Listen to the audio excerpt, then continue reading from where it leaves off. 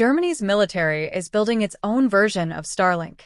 Germany's military is preparing to become one of the largest owners of a satellite fleet on the planet, second only to Elon Musk's Starlink, with plans to put as many as 1,200 satellites into orbit by 2030 as part of a sweeping bet that future wars will be won or lost based on who controls the view from space. The Bundeswehr, Germany's armed forces, confirmed the scale of the plan through figures showing roughly 200 satellites will support a communications network called SATCOMBw Stufe,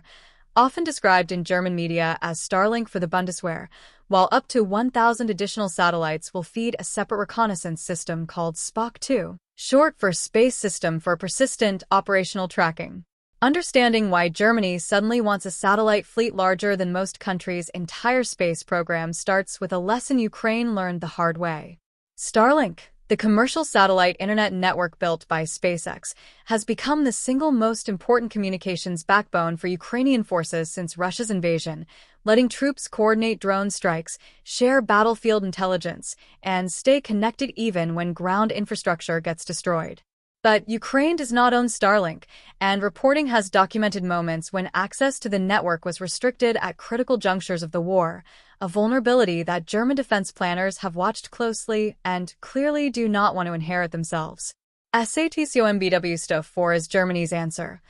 A homegrown satellite communications network built specifically to connect tanks, ships, aircraft, and soldiers anywhere in the world without depending on a foreign company's infrastructure or goodwill, according to reporting from German outlet Netzpolitik.org. Airbus Defence and Space, OHB, and Rheinmetall, a company traditionally known for building tanks, artillery, and ammunition rather than spacecraft, have formed a joint venture specifically to bid on SATCOMBw Stufe, with the group aiming for full end-to-end responsibility covering everything from satellite development and system integration to ongoing operations and cybersecurity, according to a joint statement from the companies reported by German trade outlet SUT. Rheinmetall's move into orbit is a genuinely new direction for a company that built its reputation on armored vehicles, but it reflects a broader industry shift as European defense contractors race to claim a piece of the continent's rapidly growing space budgets. Uns Secure Communication über das Allgemeine and Boden keinen Konflikt mehr, said Timo Haas, chief executive of Rheinmetall's Digital Systems division, according to SUT's reporting on the joint venture announcement, a statement that translates roughly to warning that no conflict can be won on the ground anymore without secure communication through space. The companies expect Germany's defense ministry to award the SATCOMBw Stufe contract around the turn of 2027, with an initial operating capability of roughly 40 satellites targeted for 2029 and full operational status expected in 2030, according to SUD. That timeline puts Germany on a considerably faster and more ambitious track than its previous satellite programs ever attempted.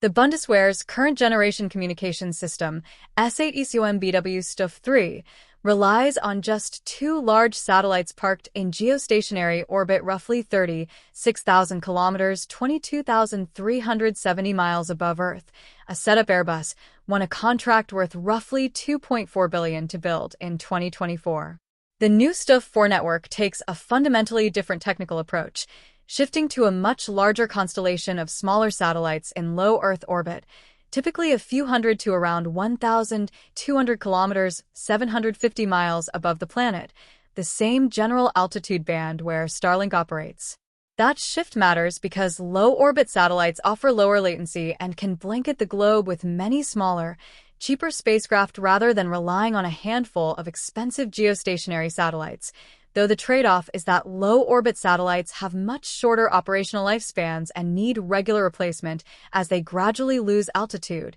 and burn up in the atmosphere. SPOCK, the reconnaissance half of the program, and by far the larger of the 2 projects by satellite count, builds directly on a smaller predecessor effort already underway. Rheinmetall previously won its first orbital reconnaissance contract, worth roughly $1.94 billion, through a joint venture with Finnish satellite operator ISI, producing radar reconnaissance satellites under the project named SPOCK at a converted former automobile factory in Neuss, Germany, according to Netzpolitik.org's reporting. SPOCK scales that concept up dramatically, deploying satellites equipped with radar and specialized cameras designed to give German military commanders a persistent, real-time picture of enemy troop movements, tank formations, and other military targets anywhere on Earth, according to reporting from Germany's Handelsblatt relayed through multiple German outlets. Former astronaut and Professor Ulrich Walter told Handelsblatt that the scale of the planned satellite fleet is realistic given what modern militaries actually need for reconnaissance, since tracking moving military targets in near real time requires far more satellites overhead simultaneously than older reconnaissance systems built around just a handful of high-value spacecraft. Germany's defense ministry is budgeting at least roughly 40 billion for military space capabilities overall, according to Business Insider Deutschland's reporting on the program, with ongoing annual operating costs for the full satellite network estimated at around 1.14 billion once the constellation reaches full strength. A recurring expense driven largely by the short lifespan of low Earth orbit satellites, which require regular weekly replacement launches to maintain full coverage as older units deorbit and burn up. What remains unresolved is which specific companies will ultimately win the SATCOMBw Stufe 4 contract, since the Airbus OHB Rheinmetall consortium faces at least the possibility of competition, even though reporting suggests the joint venture is positioning itself as the leading bidder ahead of the expected award decision around the turn of 2027.